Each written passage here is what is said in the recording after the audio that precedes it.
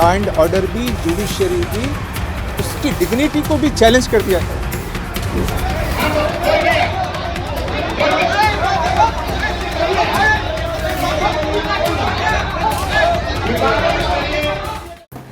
वैसे देश के कानून के मुताबिक अगर देखा जाए कि कोई भी अपराधी हो, दुर्दांती क्यों न उसकी परेड नहीं कराई जाती। हाँ, एक परेड कराने का एक सिलसिला जो शुरू किया गया वो किसकी तरफ से किया और कौन वो लोग हैं जिनका परेड कराई जाती है वो आप सबको पता है। अब हो ये रहा है कि टीएमसी के एक एक नेता को पकड़ा जा रहा है, कुछ हाफ पैंट में, कुछ बनियान में, कुछ इस स्थिति में उनकी परेड कराई जा रही है।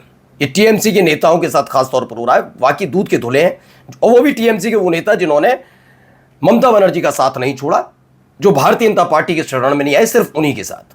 वरना परेड करानी तो सबकी कराओ, है ना, लेकिन नहीं, ऐसा नहीं है। खैर, मैं सबके लिए कहता भी नहीं, कानून के खिलाफ है, लेकिन जहांगीर खान के साथ जब ये हुआ तो उनके समर्थक सड़क पर उतर आए और उसके बाद पुलिस ने वही किया जिसके लिए वो जानी जाती है। वो बात अलग है कि इस पश्चिम बंगाल के अंदर ही उत्पातियों का, उन्मादियों का झुंड जो कर रहा था इतने दिन से, तब पुलिस उतनी जागृत नजर नहीं आई अब तक जितनी इन पे लिए आई। फिर क्या हुआ दिखाऊंगा। अब लगातार आवाजें उठ रही हैं जो जहांगीर खान के साथ किया जा रहा है वो अदालत सम्मत यानी कोर्ट सम्मत या फिर कानून सम्मत नहीं है। आवाजें इसीलिए उठ रही हैं लगातार। तस्वीरें तो दिखाऊंगा कि जिस गाड़ी पर सपा का झंडा, उस गाड़ी में बैठा गुंडा, जैसे डायलॉग्स तो बहुत अच्छे थे, लेकिन क्या अब ये डायलॉग बदलने जा रहा है? जिस गाड़ी पर बीजेपी का झंडा वाला हो रहा है, या फिर ये कह दिया जाए बीजेपी के नेता कार्यकर्ता उसी स्थिति में जा रहे हैं जिसका आरोप समाजवादी पार्टी पर लगता था। क्यों कह रहा हूं, दिखाऊंगा वो भी। और हिंदू मुसलमान करने के लिए तो है ये, वरना उसके बिना दिहाड़ी मजदूरी कैसे बनेगी। नमस्कार, मैं हूं प्रज्वल गौतम और आप देख रहे हैं the live TV. The live TV, सच सबसे आगे। सबसे पहले जरा ये देखिए यहां क्या हो रहा है। ये न्यूज़ 24 की खबर है।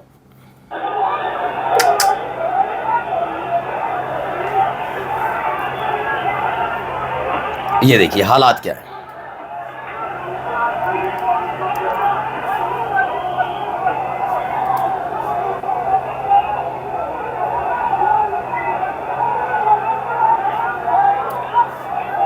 तालाब में कूद गए भाई।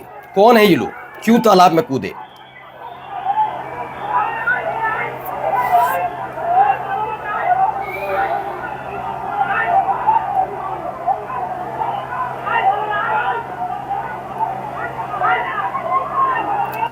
तो खबर निकलकर सामने आई है कि जहांगीर के समर्थकों को पुलिस ने खदेड़ा, बचने के लिए तालाब में कूदे। टीएमसी नेता जहांगीर खान के समर्थकों ने पुलिस स्टेशन पर हमला किया, ये खबर चलाई। जवाब में पुलिस ने खदेड़ा तो बचने के लिए तालाब में कूदे समर्थक। सीसीटीवी फुटेज में भागते हुए दिखे जहांगीर के समर्थक। और ये सारे के सारे इस बात को लेकर नाराज या किसी भी वजह से हो, मसला यही निकल कर आता है कि अगर आप कानून सम्मत बातें करते हैं तो उस कानून सम्मत बात में सबसे ज़्यादा महत्वपूर्ण ये हो जाता है कि आप जो कह रहे हैं, जो कर रहे हैं, क्या वो वाकई कानून सम्मत है या नहीं। क्योंकि कानून में कहीं इस तरीके से आप रिएक्ट नहीं कर सकते, जैसा कि देखिए यहां पर किया जा रहा था। ये देखिए ये वीडियो।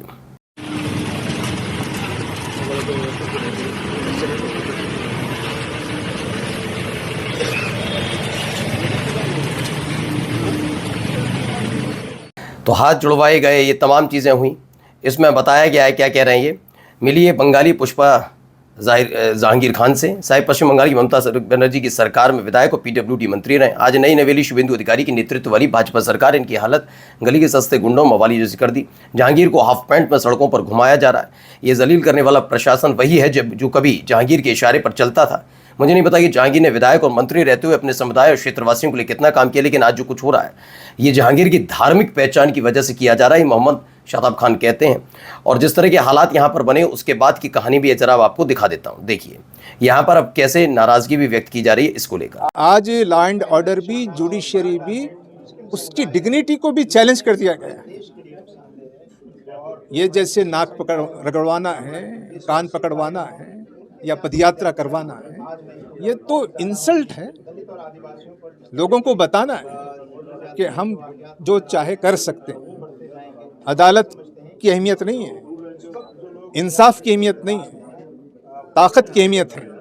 आज हमारे पास ताकत है तो हम ऐसा भगा सकते हैं, घुमा सकते हैं। ये मैसेज देना चाह रहे हैं। तो ये बहुत संगीन गलती है, इस पर काबू पाना चाहिए। वहाँ की हुकूमत को भी और अदालत को भी, वरना फिर हुकूमत और अदालत की ज़रूरत ही ख़त्म हो जाएगी। तो अब अदालतों की ज़रूरत नहीं। टीएमसी नेता जहांगीर खान के मामले पर अब ये कह रहे जमात इस्लामी ने कहा, टीएमसी नेता जहांगीर खान के मामले पर जमात इस्लामी हिंद उपाध्यक्ष मलिक मुतासिम खान ने कहा कि अब अदालतों की ज़रूरत नहीं है क्या।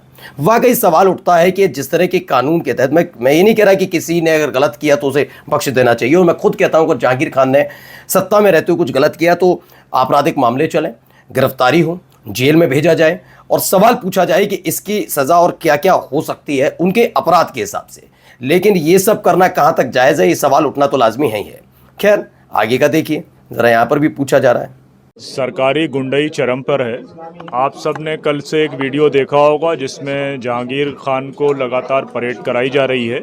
ये उनकी दूसरी परेड है। पहली परेड में उन्होंने माफ़ी नहीं मांगी थी, तो इस बार उनको हाथ जोड़ते हुए लोगों के सामने माफ़ी मांगते हुए उनकी परेड निकाली गई है। सवाल ये है कि जहांगीर खान के ऊपर कोई मुकदमा था क्या? जहांगीर खान के ऊपर जो मुकदमे थे उस पर सुप्रीम कोर्ट या हाई कोर्ट ने कोई फ़ैसला दिया है? सुप्रीम कोर्ट या हाई कोर्ट ने कोई फांसी की सज़ा सुनाई है उनको? किसी मामले में क्या उनको उम्र कैद की सज़ा हुई है? बल्कि हाई कोर्ट के राजस्थान हाई कोर्ट ने अभी रिसेंटली एक साफ ऑर्डर पास किया था और ये कहा था कि इस तरह किसी भी अपराधी की परेड गैरकानूनी है, और अगर अपराध सिद्ध भी हो जाता है तो उसके लिए जेल है, सड़कें नहीं है ये तय करने के लिए। तो जहाँ बिल्कुल, लेकिन इसको सुनेगा कौन? अदालतों की बात कौन सुन रहा है आजकल? अदालत इसीलिए अब ऑब्जर्वेशन या फिर फैसला देने की बजाय अब सलाह देने पर लगी है। किसी भी अपराधी की परेड गैरकानूनी, जहांगीर खान को लेकर APCR सेक्रेटरी ने ये सब कहा है। वहीं देखिए अब यहाँ क्या हो रहा है, इस पर कुछ नहीं बोला जाए।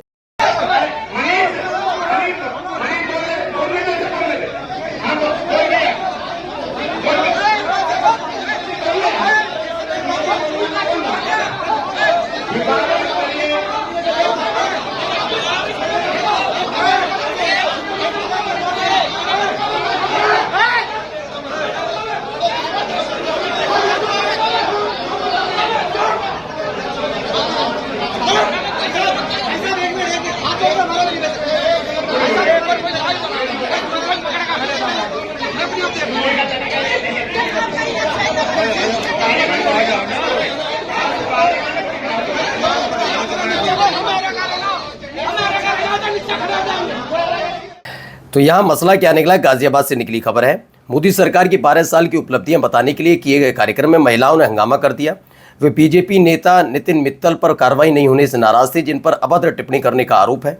गाजियाबाद उत्तर प्रदेश की एक खबर निकलकर सामने आई। इस पर नरेंद्र प्रताप भी लिखते हैं, समाजवादी पार्टी जैसी तस्वीरें भाजपा के अंदर से आने लगी हैं। सपा भाजपा बन रही है और भाजपा सपा। ये भाई सवाल उठना लाजमी है, क्योंकि बहुत सारी बातें बताई जाती हैं। महिलाओं का सम्मान, महिलाओं के सम्मान के लिए बिल लेकर आ रहे थे, और वो जो बिल लेकर आ रहे थे, देखो ये पूरा का पूरा समूचा विपक्ष कितना महिला विरोधी है। इस महिला विरोधी विपक्ष ने ये बिल पारित नहीं होने दिया, पास नहीं होने दिया, कैसा विपक्ष है। ये तमाम बातें हो रही थी, और अब देखिए खुद उन्हीं की पार्टी से कुछ ऐसी तस्वीरें भी निकल कर सामने आती हैं। इस पर कुछ नहीं। अब ये तस्वीर तो यहाँ से भी है।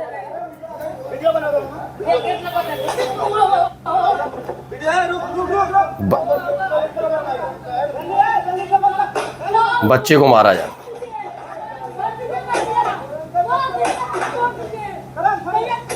ये देखो,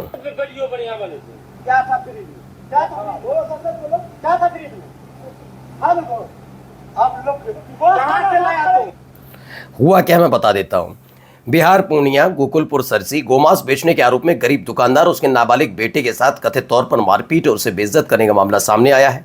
आरोप है कि बिना किसी जांच या पुष्टि के दोनों को पीटा गया और कान पकड़कर उठक बैठक कराई गई। वो बात अलग है कि एनकाउंटर बुलडोजर वाली बात कही जाती है। चूंकि यह मामला ऐसा वाला है तो क्या ही कहा जाए। घटना की वीडियो की सोशल मीडिया पर वायरल है, जिसके बाद प्रशासन की कार्रवाई पर सवाल उठ रहे हैं कि अभी तक कार्रवाई क्यों नहीं। कार्रवाई हो जाती, दूसरा समुदाय नहीं करेगा, ये कर सकते हैं ना। जय जय श्री राम। श्री राम। हाँ भाई, मास ये कहाँ है? हंसे मैं दांत में उतार रहा हूँ, बता। पड़ेगी है, काहेगी है? बोटी है यहाँ में, बोटी बढ़िया कर रहा है भाई। तो मास वेगी में लाइसेंस है, दुकान बिल्कुल ना खुल जानी चाहिए। भैया तो वृंदावन मथुरा उत्तर प्रदेश, गौरक्षक टाइप के लोग, जिसमें से एक का नाम दीपक तिवारी है, वो अपने दोस्तों के साथ जय श्री राम के नारे लगाए और बिरयानी वेंडर से बदतमीजी की और ज़बरदस्ती आरोप लगाया कि तुम गौमांस और पता नहीं हड्डी में ये सब। वो बात अलग है कि चेहरा मोहरा देखकर पता लग रहा है कि ये वाकई इतना ज़्यादा गंभीर है इस विषय को लेकर, या फिर ये खुद भी ऐसे ही चाप कर खाता है, कुछ कंफर्म नहीं है ना। लेकिन आजकल तो सभी चीज़ चल रही है और यहाँ पर भी देखिए, ये देखिए पत्थर बरसाइए, मारपीट की खुलेआम है। अब किसी से कोई रोक वोक वाली बात नहीं है, खुलेआम करिए, जिसको जो करना वो करते रहिए, कोई रोकने टोकने वाला नहीं है।